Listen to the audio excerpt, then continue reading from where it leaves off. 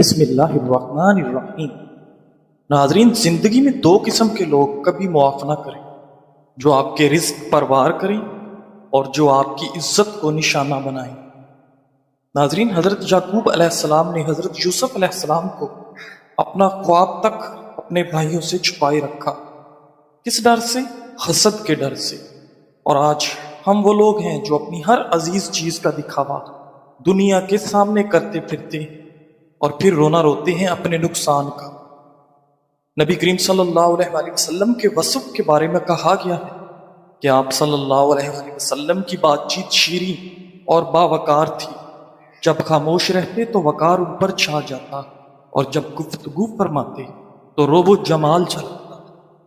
آپ ہمیشہ خوش روح نرم مزاج تھے، سب سے زیادہ مسکرانے والے اور سب سے زیادہ غصے سے دور رہنے والے تھے۔ وہ اللہ جو تمہارے گناہوں کو تمہارے چہرے پر ظاہر نہیں کرتا، کیا تمہیں لگتا ہے اس سے زیادہ کوئی تم سے پیار کر سکتا ہے؟ اگر تم گناہ کرو یہاں تک کہ تمہارے گناہ آسمان تک پہنچ جائیں، پھر تم توبہ کرو تو اللہ تعالیٰ تمہاری توبہ قبول کرے گا۔ ناظرین، انگور جسم کے تمام اعضاء سے بیماریاں کھینچ لیتا ہے۔ جن لوگوں کا معدہ اکثر خراب رہتا ہے ان کے لیے انگور کا استعمال نہایت مفید ہے۔ ناظرین، ناخنوں میں پلاہٹ ظاہر ہونا اس بات کی علامت ہے کہ آپ کے بدن میں خون کی کمی ہے۔ سونف والا دودھ رات کو سونے سے قبل پی لو، آپ کا رنگ گورا ہو جائے گا۔